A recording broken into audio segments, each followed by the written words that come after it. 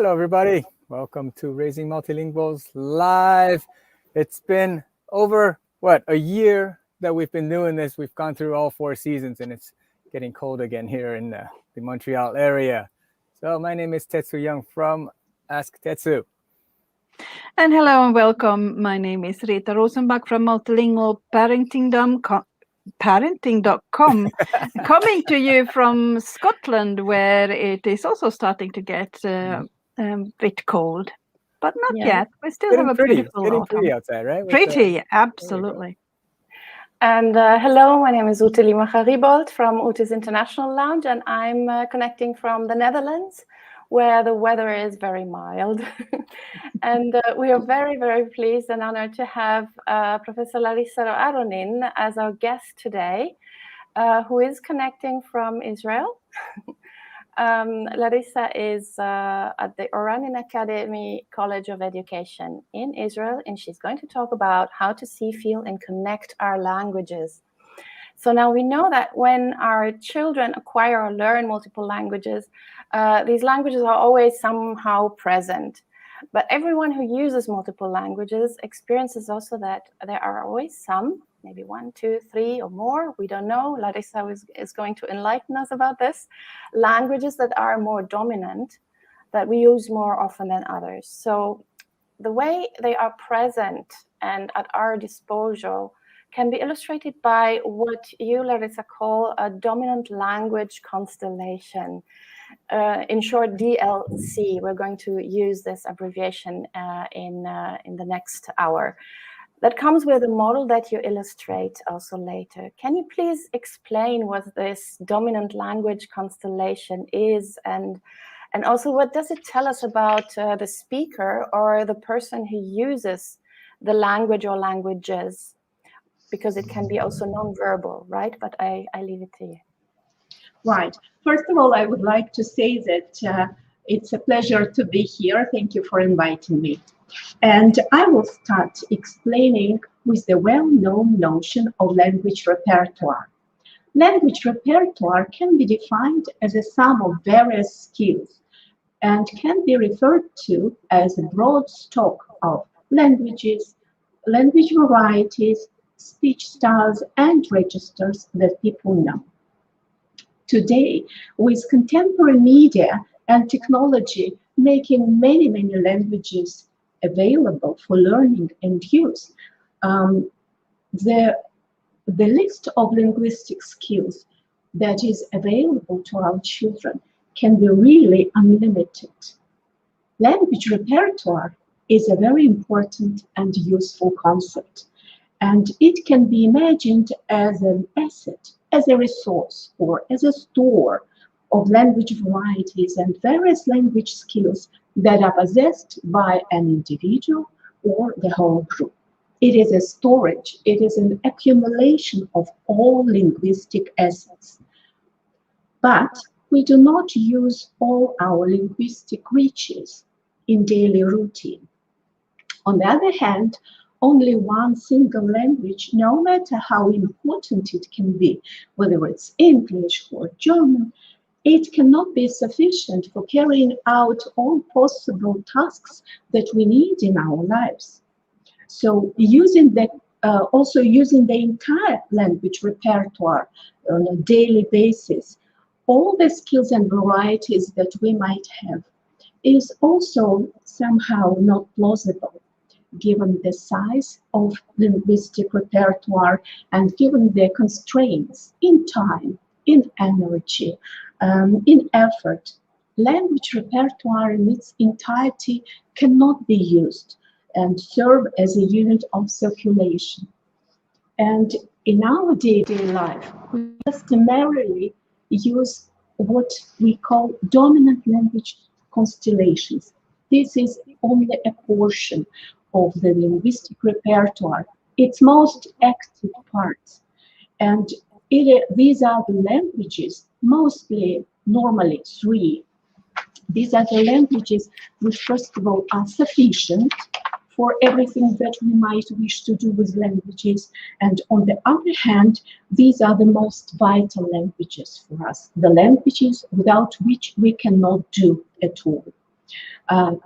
Dominant language constellations is, of course, a metaphor. It's a constellation, a group of languages that work together and they interact with each other every day, and therefore it is called a constellation. Now, while the repertoire can count 5, 6, 7, sometimes 28 languages, the dominant language constellation consists more or less about 3 languages. Of course, there can be 2 languages, there can be sometimes 4 languages, but the normal, typical number is 3. We even speak to our pets using those 3 languages or one of those 3 languages, but not the languages of the repertoire. So the examples of dominant language constellation is, for example, Polish, German, and English in Germany, Swedish, Finnish, and Sami in Finland. For some people in Sri Lanka, it can be Sinhala, English, and Tamil. And for example, Croatian, Italian, and English in Croatia. These are the examples. But different populations in one and the same country may have different dominant language constellations. One more thing that I would like to tell you about DLC is that the languages of DLC can be mastered to different degree. Some languages may be at native or close to native, passing for native language level. Others can be of low proficiency. But even the languages with low proficiency might be very important for people and may be part of this active dominant language constellation. And this is very important. An example of such a low proficiency is, for example, when a family moves to another country and the children have to use the official language of this country, even though they do not know it yet well enough. Another example is, for example, a heritage language in a family. A child may only understand it or even understand some parts of the talk between the grandparents, for example, and may not say anything at all, but still this is part of his or her dominant language constellation. Therefore, the languages that are part of the dominant language constellation represent the identity.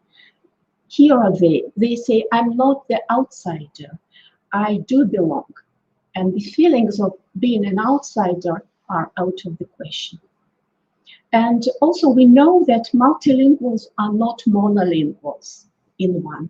And therefore the languages of DLC are very close to each other and they are not separate in that they are in the constant interaction between each other in terms of time, space, in terms of people with whom we can talk, and of course now multilingual brain.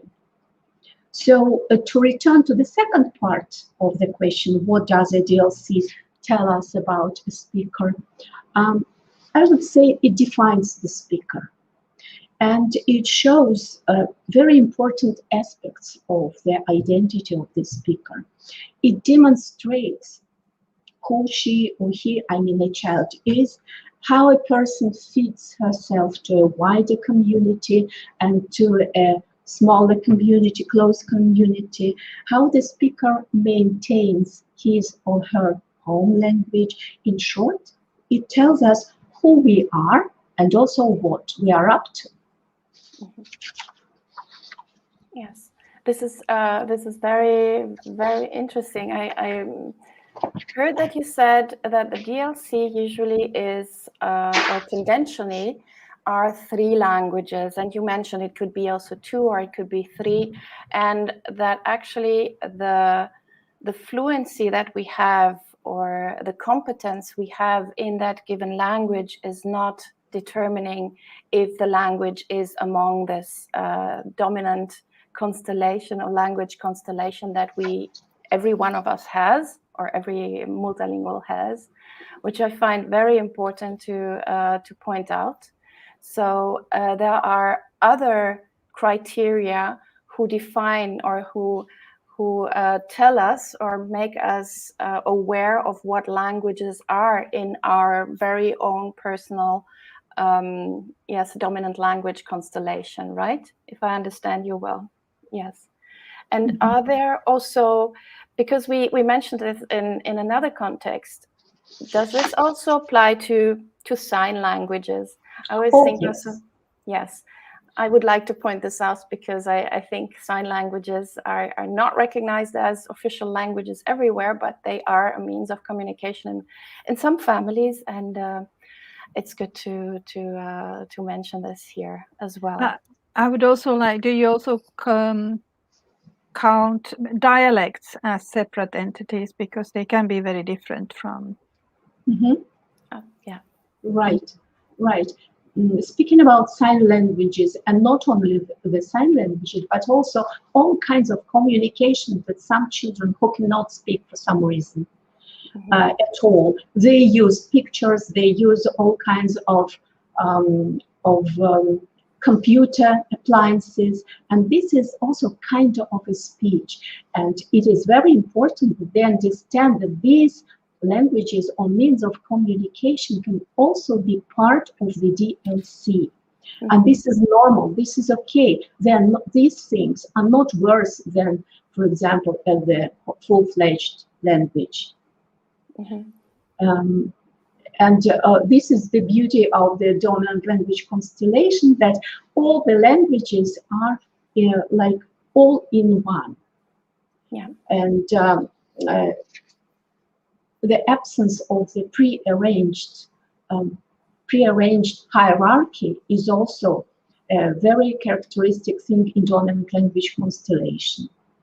That means that the pecking order of the languages is defined not by some hierarchy, not by saying that this language is big and this is small, this language is important and that one is not, but by the current need and by the actual situation. Okay, which is a very important point here, that the need I understand from the person, from the individual, is put in the foreground. And the need, of course, depends from the social settings. I mean, we have to function in certain settings at home. We have to be able to speak with the people in our home and with people outside of our home. Maybe, Larissa, I don't know if you would like to share maybe a model, or what is this DLC model? If someone hasn't seen it yet, or would you prefer that we talk about this later? No, that's okay. That's Yes? okay. Okay. That's okay. So dominant language constellation is actually the thing that we cannot touch. These are several languages, several dialects, or whatever or even the sign language that we use. And we can actually see and feel it. For this, if you have plasticine of various colors, have a look, if you can see. If you can see it. Yes. Yeah. And also, if you have sticks, like I do, we can actually reproduce our own dominant language constellation, and we can do it for our children. That means our children can reproduce themselves, their very, very personal dominant language constellation. On the one hand, it can be typical to some extent, because other pupils and children, they know several languages, but this one will be your own. So, for example, I'm taking this one and producing a ball, okay? That would be a big ball or sphere, because this is for Russian, my native language. I think I know it well enough. And then, for example, I'm taking another color. This would be for English. And I can do it a little bit smaller in size. Now I take a stick in order to show the language distance between the languages. These are languages that are different, but in the same language family. Therefore, I can do it like that. So I'm not going to do it in front of you. I have already ready. Yes. Ready models like this and like that. So, for example, if in the family you have two people, two children, siblings, you can produce them and then have a look at them. Yeah. Right? And you can even, this is a hand, if you can see, from a doll, you can show with, this is red too, for example, how I can connect with people who speak another language and maybe other languages. So you can play with that a lot. So can you actually do, I'm just thinking in the family, and we have different constellations, different languages that we find are the most dominant ones for us on our everyday life. Can we then have a huge constellation, family language constellation, so the dominant language constellation for the whole family as well, or connect them somehow? Yes, we can have one language constellation for the entire family, or if they're different, we can have it for siblings, for children, for parents, for grandparents. It's sometimes the case with the immigrant families that grandparents have different languages from the languages of their grandchildren. And sometimes if you produce in a family, produce the constellation for grandparents and for the children, you can, first of all, while doing, discuss them and can see that, for example, your grandmother has a very small, how to say, ball for one language, and you have a bigger one, I mean the green one. So you can think about how you can communicate and what can you do in order, for example, to learn another language better, because it's clear the grandmother and grandfather are not going to do a lot in this respect. Okay, yes. So this is like a dynamic model then, which changes by time. So yes. as a, let's say, a child learns more of the home language, that ball grows. And then also, I'm just thinking of my own life. There was a point in my life where I spoke maybe German, maybe a third of my time every day, and now I don't speak it at all. So those two constellations would be very different. Yes. In my life. Indeed, Rita, right. Yeah. Sorry. And it can be that you would like to keep the constellations of your children as the time goes, and you can keep them in the way you keep the pictures of your family, and you can see the difference in how the languages, how your language identity changes. Maybe we can show some of the models and discuss them. Yeah.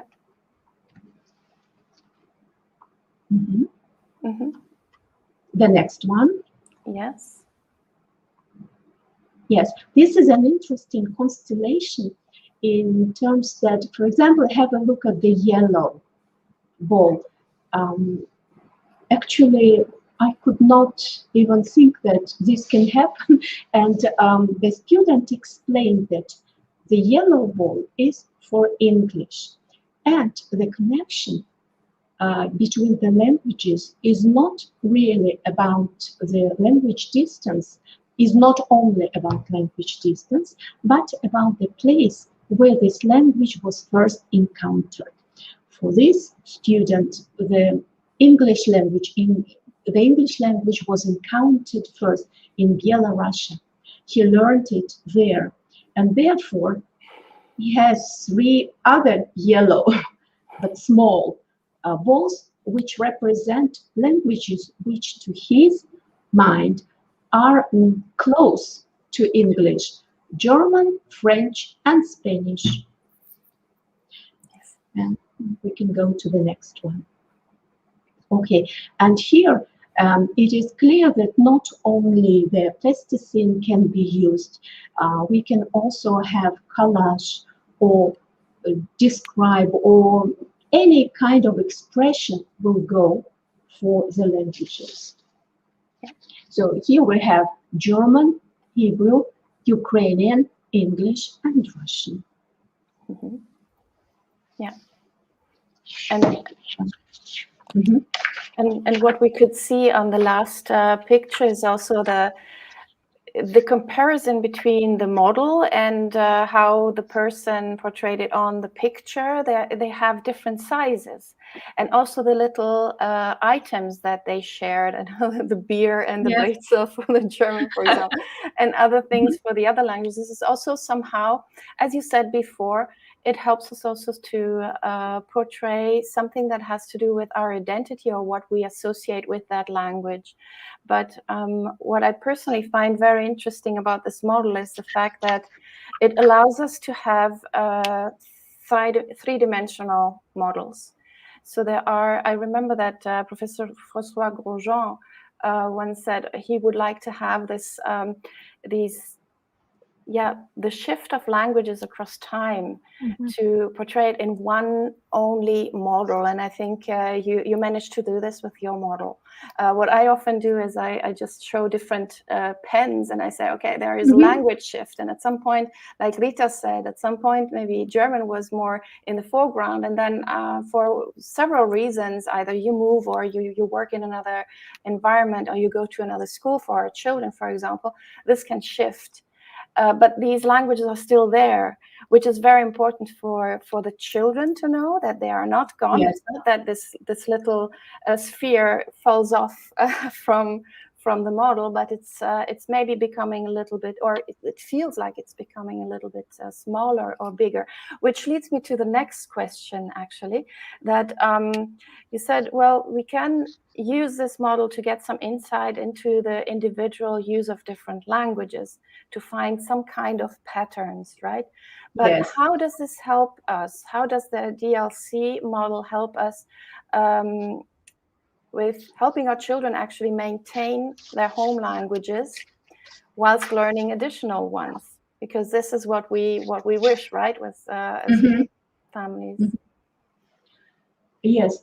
First of all, it shows that, as I already said, we do not use only one language because it's insufficient, and we can not use the entire linguistic repertoire. We use only several languages, and it's very important to understand this, and that when as you said, when the language is not really needed in this particular period, it can go back to the linguistic repertoire. It can be taken back to the DLC. Now, you see, I have it in my hands, and I can see that they are all together. And I can see and think about how these languages are connected and how I can connect them. What can I do? Secondly, we already spoke about that every language has, despite its size, is equal, and I can move it from different sides and be interested in this or in that, and I can start looking at it very kind of in whatever manner I wish. Then I can do all kinds of activities which can connect me and the family, the child and the family, and discuss and make different decisions about the languages. The fact that there are only 3 languages makes it clearer to make plans, to discuss things, and to think about the languages as if they are just tangible. Yes. So if I understand it correctly, if let's say like a scenario that you mentioned where a child moves from one country to another with a family and must go to school in a completely new language, so would you then start with just a very, very, very small ball? Or is it the kind of the knowledge or the importance, or how do you portray that in the model? Like a new language which is just about to be learned, so to say. First, when I explain what to do, I say that it's about their proficiency mostly, or it may be about how often do you use it. Maybe you know 2 or 3 words, but you use it. Immigrants do it, use it every day, these 2 or 3 words, and it's extremely important for them to use this language. So actually, the children may do whatever they wish with that, and find out new ways of explaining their languages. Okay. This is they give free hand. They can be given free hand in it. Oh, and I understand that maybe with older children, let's say school-age children who have a certain metalinguistic consciousness about their languages, we can also I don't know, maybe guide them or help them to find similarities between the new school language or the new community language and the language that they have already. So like the model that we saw before with the different yellows, Yes. I found it very interesting that this person, of course, depending on the linguistic background this person had before, considered that, I think if I remember well, it was German, French, and Spanish that they were, or Italian, that they were all very similar for this person. Yes. Whereas maybe someone who speaks French, they would say, no, they're completely different.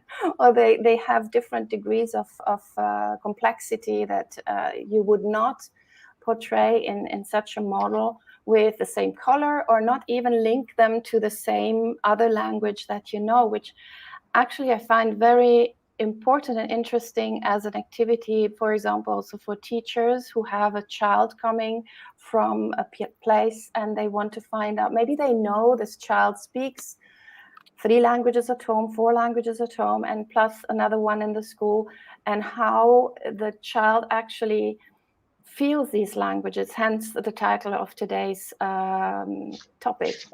So, yeah. You know what, I can share what we did with these kind of things.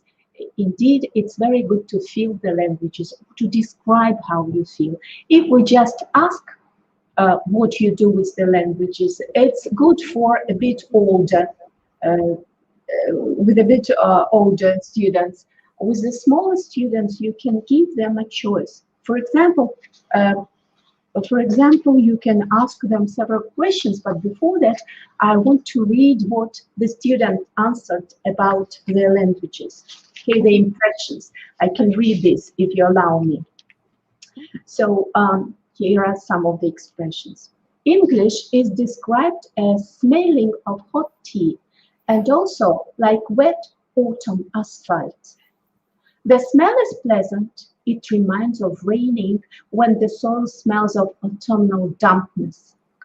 The color of English language is dark brown, similar to the color of black tea.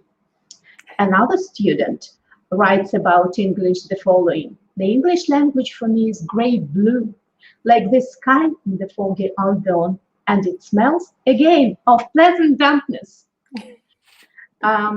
The student writes, I'm a little familiar with French. This is an incredibly beautiful language with which I associate love, passion, and for some reason, rap music, because French rap is very beautiful. French is red for me like wine, and it smells of fresh baked goods and fresh air.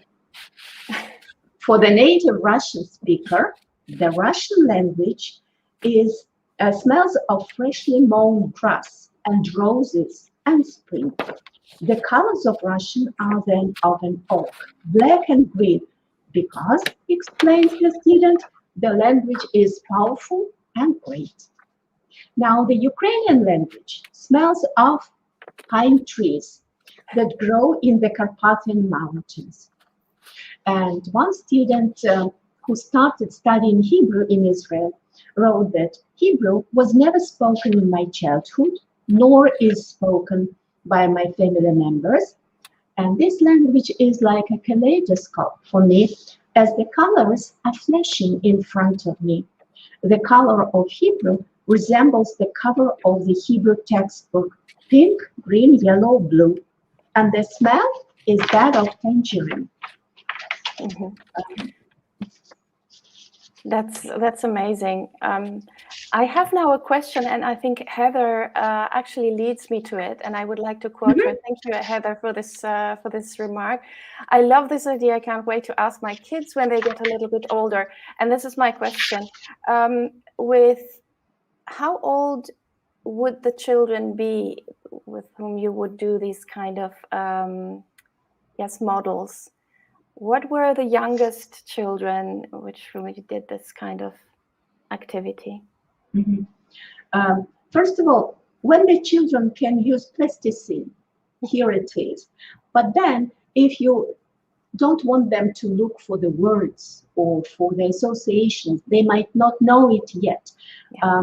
Give them a kind of choice, a selection of textures, something fluffy, something smooth, something metal-like, something warm, something hot, and ask them to choose and to match a language to what is there. And of course, with color and with everything. So the child, even he or she cannot name it verbally.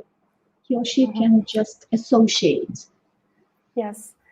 And something that comes to my mind, I once did a similar exercise, not knowing what I was doing. Now I have a name for it. And we did some pom-poms, you know, with for the very fluffy ones. And I was saying, let's say that this is a German, because there were different colors, and my children were recognizing the colors. So the red was for Swiss or Switzerland, and white, so they had to be near that. But what then came out was a nice mixing of them. Did you ever had someone who was building this model just mix them all, mix all the colors and make only one ball of them? This is yes, it was, and it was really so interesting how people do this, and then they start drawing, and then they start sticking something. So it's a lot of creativity going on there, and even young adults enjoy this. Yes. Oh, I can imagine. I would enjoy. I'm not that young anymore, but I would enjoy doing them. Yes, I think you already mentioned the different key factors that influence the DLC in children, and I would like maybe to ask you we mentioned before that this model or the dominance of the languages changed over time. And this is the next question. How can the knowledge or awareness raised thanks to this DLC model be applied to raising multilingual children in general? Okay. So across the whole childhood span or lifespan, actually. First of all, the child can understand that all these languages together, this is his or her very personal and very legitimate identity. So he is not going to think that if he uses some lesser used language, something is wrong. No, simply he has different colors, different forms in his unit. Everyone has different units, and he has this one. So this is number one. Secondly, when we have an outline of the most important languages, not all the languages, 15, 10, even 6, but the outline of the most important now languages, it can be somehow more organized. And the child can already, while growing, think about what else can he add to it and how, and discuss it with whom he wants to discuss that. Then it's a matter of belonging, having different languages and thinking about how he can connect to other dominant language constellations, tells him that he can belong actually to several groups, and also to a group that has the same languages. so the same three languages, let's say, but also to groups that have one of the languages that he can. So it's a matter of belonging.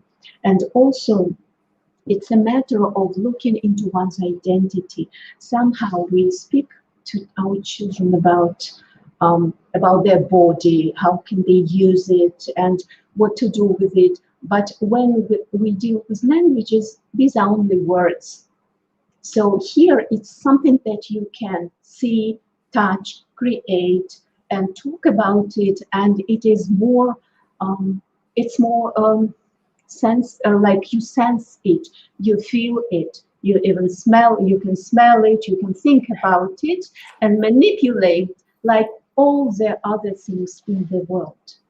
I absolutely agree, and I would like to. Anna Peters mentioned that she thinks it's a wonderful idea, and it can really be useful in primary schools where it will be an easy way to get children to display their languages, and also I can imagine that it will pique the interest of other of peers if somebody who they normally only hear speaking one language, if they sit on the table with 3-4 balls which are in different colors. So I think and like you say, this is a good easy way to visualize it and show the richness of a child's languages. Yes. And I would like to add something that just popped into my mind when you were talking about smells. There are Play-Dohs that also smell, right? I mean, we did the Play-Doh ourselves, and then we added some kind of oil to it to have different smells. Like the pink one was strawberry, the green one was like green apple or something like that. And I can imagine that, especially because you were talking about identity, and the feeling and the smelling all comes together.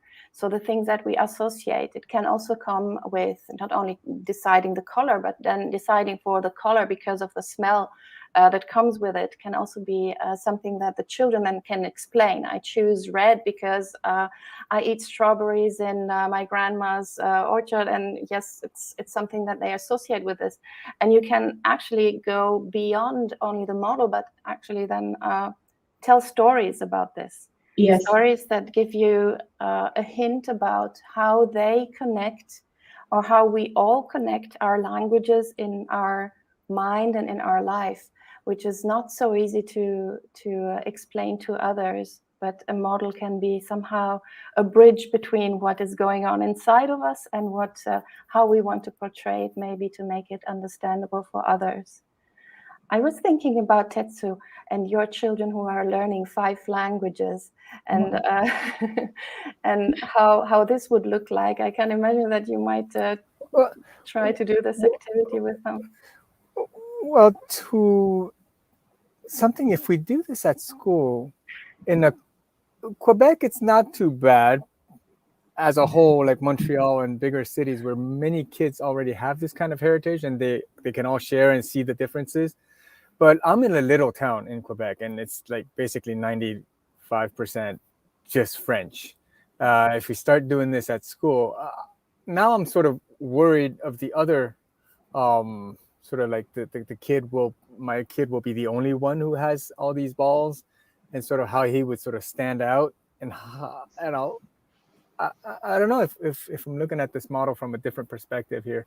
Is this something that could be of concern, where the kid sort of does not want to stand out? Because I've heard so many stories of, let's say, Japanese kids who study abroad and go back to Japan, and they suddenly speak very good English, but they sort of take on the Japanese accent on purpose so that they don't stand out. In this case, with the number of balls and the size of the balls, here's a sort of a concern that just sort of popped up in my mind while you were talking about this. It is a reasonable concern, but let us not forget that the world in general is multilingual. Yes, even definitely. When there are things or places where people can live with one language or 2 languages in general, and during their lives, for sure, they will be met with multilingualism, and also everything around us, all the technology, everything. So probably these kids have incipient multilingualism, and still they can at least look at that and think about this. That would be the beginning of their multilingual lives, because they will all the same meet other languages during their lives. Yeah, but I think it's, I was thinking the same, Tetsu, before, talking about identity and the moment when the children want actually to fit in, to not look different from the others. And if they see the others are having maybe two little, planets, I like in this model, it looks like a planet, like a different constellation, talking about constellation, there are stella, it's stars.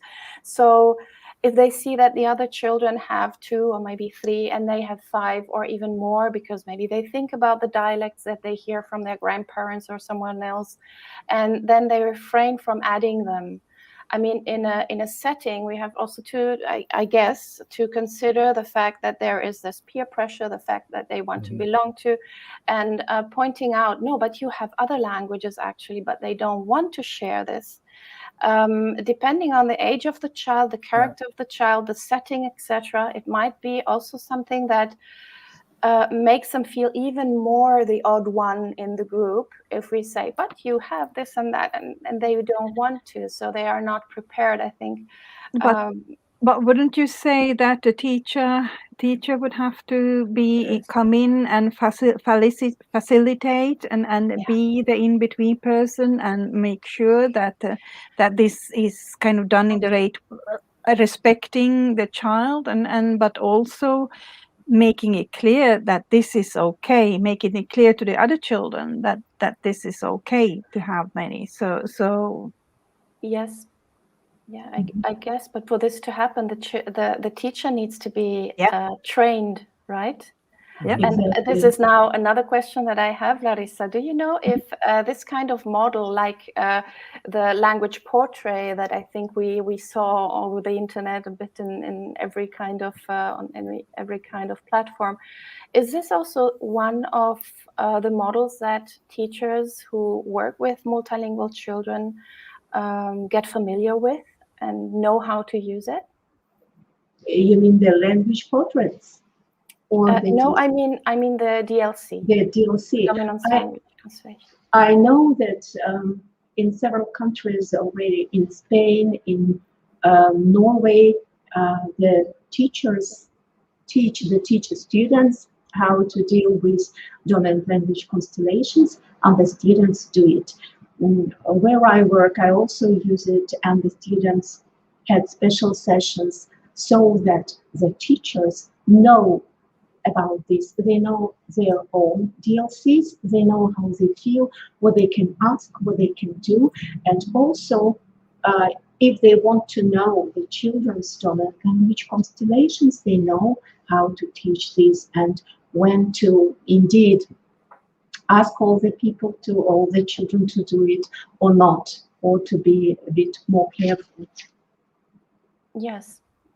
And I imagine it depends very much on how language friendly the school is and the setting. Thinking also of refugee children who may feel that they have to hide the other languages because they are not so feeling prestigious or not so validated in the context where they are living or growing up in. So it could be a very powerful tool from the teachers. I mean, the teacher could introduce this in order to recognize the other language also in the classroom of this child or these children. I mean, we all, to some extent, we have had some situations where 1 or 2 or more of our languages were not really accepted by the community or the society or our friends or our family even. So. But again, this is a constellation, and you still have other languages, 1 or 2, and therefore constellation consists of several languages. And if you choose to use or to show to the world 1 or 2 languages, you can. Yes. May I just share just quickly one of the pictures where I have a question for you, Larissa? The Yes, one yes. with these Mhm. these little yellow languages that are only connected to the bigger yellow one. Is this also some model, or is this also a way maybe to help someone who finds that some of the languages are like not connected really with the other ones, to make them aware how much they might be even more connected than they realize at the moment? Mhm. Yes, that's a good question, because looking at the dominant language constellations that were constructed by people, I suddenly realized that what we teachers or parents saw about the connection of languages is not the whole story. It shows that, for example, like in this case, languages are connected by the place. Yeah. Association with the place, and they are not so much connected with the inner linguistic structure. So it helps us to understand this, how children, how learners can deal with the languages and how to better teach them. Indeed. Yes. Yes, so it can be applied on many different levels, I must say. It's Yes. very interesting. Yes. Mhm. And I would like to come back to this fact that you said right at the beginning, for this dominant language constellation, tendentially it's about 3 languages. Because one of the questions that we get very often is, how many languages are too many? So I think after this evening, one might think, okay, if in this language constellation we have 3 languages, or maybe 4 languages, depending on the need for the child to function, is there too much or too many languages? I don't think so. It Okay. is simply that dominant language constellation is the group of languages that helps you in this particular moment, in this particular, for example, while you are studying, learning, the beginning of your school years. But then you can change it and invite new languages and use new languages. You always have your linguistic repertoire. This is your asset, your storage from which you can take it. Simply, it is very difficult to use more than 3 or 4 languages at one time, at one period, because people are studying, communicating. It's just not possible to do it physically. But you can always change the DLC, move them. Yes. I think a good idea, but if teachers who understand this and want to apply this in schools, what they can do is to have children make one model at the start, take a picture of it, because you can't keep all those those models forever. That will be too much to display in the classroom, but take a picture of them and then maybe do another one at the end of the school year or next year. And so then you have like a continuum. You can have a discussion about, so what has changed from here to there? Why is this ball now bigger, or why is that ball no longer so prominent? Right. And you can also discuss something inside of the dominant language constellation. For example, if you decided to discuss your languages, how about the linguistic distance, you do not say exactly to children, this is about the linguistic distance or something, the differences in the languages. But you can say, look, in English, you do not use, you use only you. If you wish to address someone, doesn't matter whether you know this someone or not. But say in Russian, you have to use 2 pronouns. And in another language that you know, for example, in Hebrew, you again use only 1 pronoun. So what is inside of your head? What are you going to use in general? Are you going to use exactly the pronouns which belong to each language separately? Or whether you allow the children to use only you in the singular? For example, being a native Russian speaker, I still do not have it how to say, very positively when children say you in singular to me, or even when adults say, because this is inside already, this is cultural. So I think we should discuss it at some point and decide whether we are going to accept it or not. Absolutely. This reminds me, I talked about this a while ago, and I called it like the linguistic bias that we have if we speak different languages, but we feel more comfortable like now using a formal, address someone in a formal language or in an informal language, and you feel like someone is infringing this law in this language. Yes. when they address you in the informal way, although they should be able or should address you in a formal way. So we were talking about there are cultural biases, right? But there are also linguistic biases of this regard. It's very interesting to see. And I thought now about another aspect, having these constellations and maybe comparing them within a family, for example. I'm thinking now about the situation where then the child realizes, okay, the language that I use in school is much more dominant or is more important for me. So maybe it's bigger than the ones that the child uses in this model for the home languages. And I think there maybe parents can have a discussion with the child and say, yes, this is important for you because you spend a lot of time at school. But in the weekend, let's make another model and maybe have the home languages a little bit bigger. This can be also a way maybe to use this. And I don't know, I'm thinking the whole time, Tetsu, about your family, how you will juggle and how big they are. And then they change from day to day or depending on who is in the room, right? You have the Japanese and Chinese and Spanish, French. Wow. It's a whole mess. It's a whole mess. I mean, definitely with, and I always want to add that additional dimension of personality, of the kids. I mean, depending on the age, but also simply of the individual differences. So it really becomes very complex. But in order to really understand how these languages interact, I think the model is really nice that it can reduce it to simple elements that we can watch. But in reality, definitely there's on top of that, you have to build layers and layers of complexity. Yeah. With 4 kids. Indeed. You have quite some models going on there. Indeed, yeah. You need to take pictures, otherwise you won't stay in trouble. Yeah, in my videos, I always say, hey, I got 4 kids. I mean, I'm not saying, my N is not 1, it's 4. Yes. Good sample. Yes, but it's a way that I like. I will try this out with negotiating to maintain maybe the weakest language that there is in the family for some reasons, or the one that is not considered as important, but to function, but it's important to maintain in the family because extended family speaks the language or anything.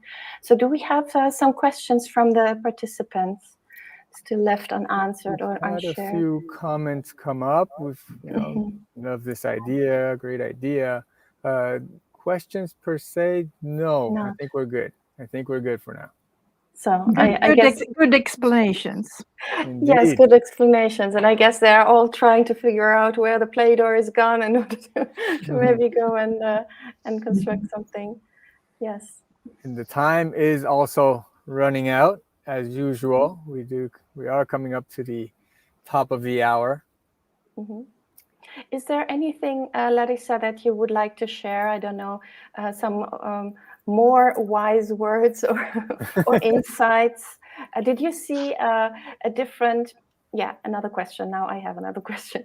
Did you see different reaction depending on the age or of the people that you invited to do these models or the situation they were in? What I noticed, yes, first of all, of course, ages matter, and it depends on how you present and what you want from these children. So I think that from smaller children, you would like only them to start thinking about it and start feeling.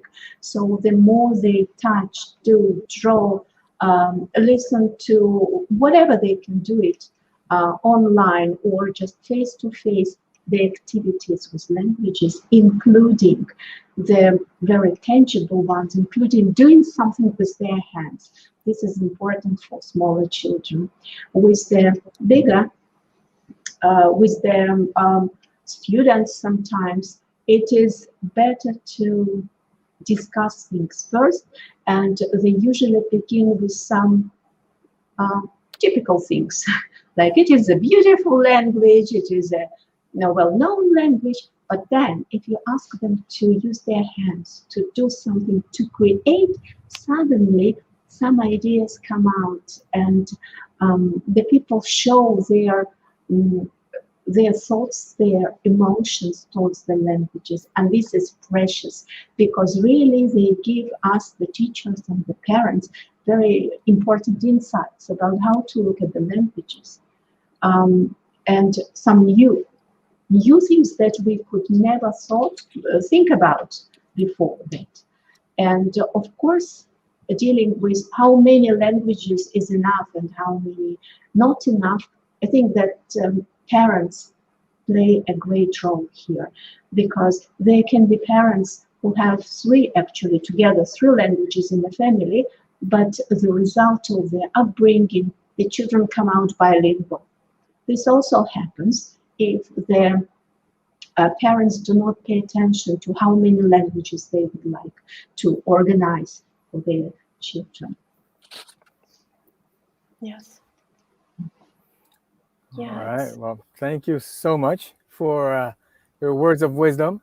Really allows us to visualize our constellation. So thank you so much once again, and thank you for everybody who tuned in.